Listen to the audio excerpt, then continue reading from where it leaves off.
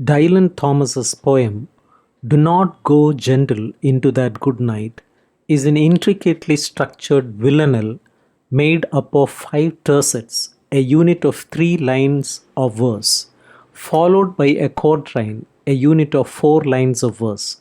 The opening line of the poem, the first line in the first stanza, also ends the second and fourth tercets. The third and final line of the first tercet serves as the last line in the third and fifth stanzas. They will also become the last 2 lines of the quatrain. The entire rhyme scheme of the poem is built around the words that end the first 2 lines, night and day.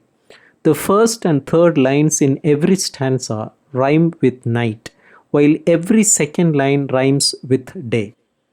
Let's see the summary of the poem. The first tercet introduces the poem's theme.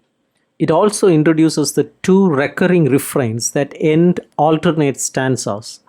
Although these 2 lines, the first and the third, both state Thomas's basic theme about resisting death, they contrast in several ways.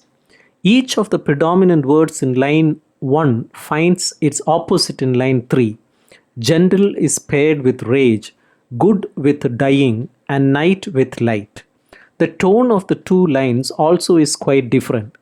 Line 1 is subdued. The verbs are deliberately simple, vague.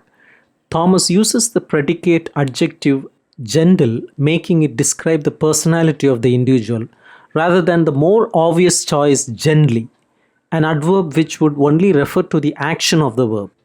Good night, when it refers to dying, becomes a paradox for Thomas, meaning a good death. Although this line may be an exhortation to resist death, its entire tone is gentle. Compare this to the beginning of line 3, where rage is repeated twice. Here, the poet urges a furious resistance to death. The second line introduces Thomas's advice to those who near death. The idea of burning is frequently associated with the passion of youth. However, Thomas wants the elderly to cling as passionately to their lives as anyone would. The phrase close of day establishes a connection with the good night of the previous line, while the words burn and rave move the reader into the third line of the stanza. The next 4 stanzas describe 4 different types of old men and examine their attitudes and feelings as they realize that death is approaching. The first type Thomas mentions are the wise men. They may be considered scholars or philosophers. Perhaps because of this, intellectually they accept the inevitability of death. Thomas begins the line with the word though, however, to indicate that their knowledge has not prepared them to accept the reality of death. Line 5 explains why the wise men are unable to act in accordance with their knowledge. Scholars are known and measured by their words. These men have many words still left unwritten or unspoken, so their goals have not been accomplished. Thomas ends this line in mid thought, leaving the rest of the idea to the next line. This parallels the unfulfilled lives of the wise men, with their messages only partially delivered. In many villanelles, the refrains simply serve as a chorus. In line 6, Thomas makes it an integral part of the meaning of the stanza. The word good seems to be used in a moral sense in line 7, describing men who have lived worthy, acceptable lives. The phrase last wave presents readers with a dual image. The men themselves are a last wave, the last to approach death. They also seem to be giving a final wave to those who they are leaving behind. The word crying has 2 meanings here. In one sense, it simply means speaking out, but it also carries the sense of weeping and mourning. Like the wise men, the good men have not accomplished what they wished to in life. Their actions fail to stand out. Thomas uses rhyme for different purposes here. Rhyming bright at the end of line 7 with might in line 8 serves to emphasize both words and link the 2 stanzas. Also, the rhyming of by, crying, and dying unites this stanza, while the use of deeds and danced is an example of alliteration.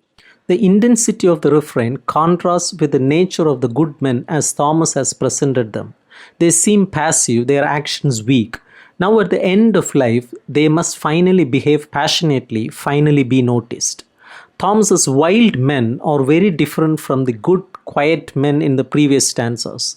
The image, caught and the sang the sun, is joyous and powerful when compared to frail deeds. These men have lived life fully, not realizing that they will age and die.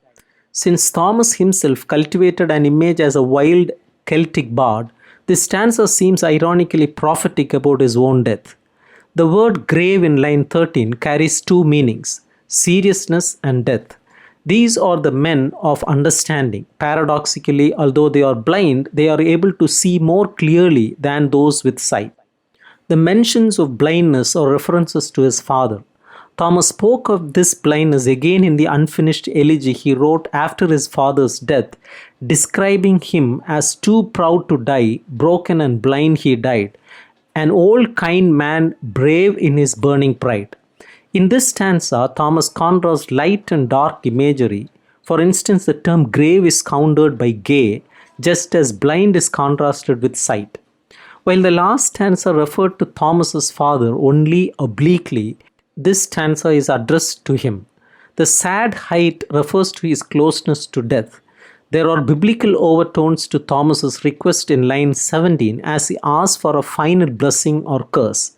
The patriarchs delivered such parting messages to their sons. As in many Bible verses with their parallel structure, blessings and curses are paired together.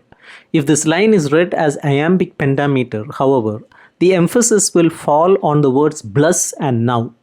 The image of fierce tears shows contrast, the tears acknowledging the inevitability of death, while the use of fierce indicates resistance until the end. I pray reinforces the biblical imagery. However, the prayer is addressed to his father, the agnostic, rather than God. The refrains are repeated for the last time now, specifically requests to D.J. Thomas from his own son. The poem tells its reader to rage against dying, and it offers several examples of men who feel their lives unfulfilled, but it does not offer any reason why raging might be more appropriate than despair or peaceful acceptance of the absurdity of death. Anger is a heated, unreasoning emotion, and Thomas is too clever to try reasoning about it. By giving us the models of wise men, good men, wild men, and grave men, Thomas populates this poem with men who have all been in vigorous pursuit of something in their lives, and their anger would therefore result from frustration and disappointment. Although it could be said that these are admirable types of men, and that if they all reach the same conclusion, having traveled here on different roads, then it must be the correct one. They still do not achieve any comfort or satisfaction from raging, from not going gentle. The poem is expressed as advice: choose rage, but these men do not find their rage by choice.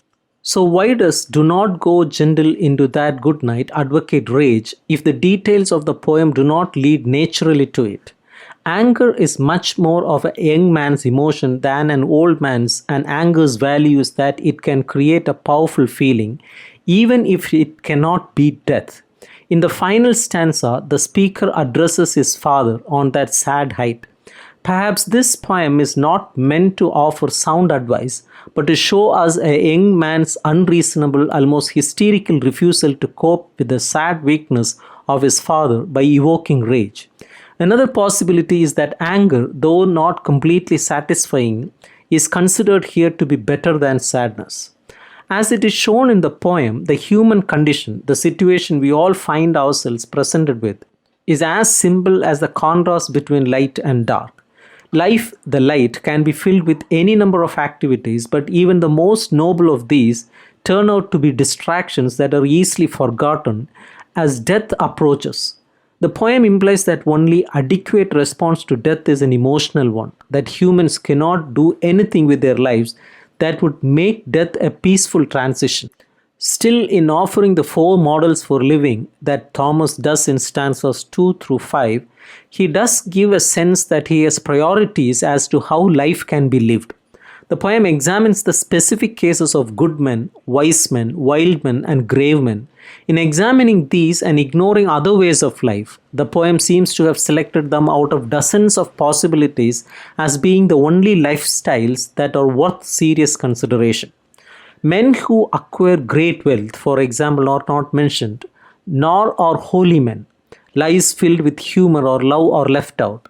It could be said that each of these unmentioned lives can be fit into one of the main categories that are for the purposes of this compact, tightly structured verse. All people of the earth can be categorized as wise, good, wild, or grave. If this is so, then the poem is only recognizing a narrow way to live. The question is whether these four types are meant to be the only way we can live or are the only ways of life that are more important enough to consider.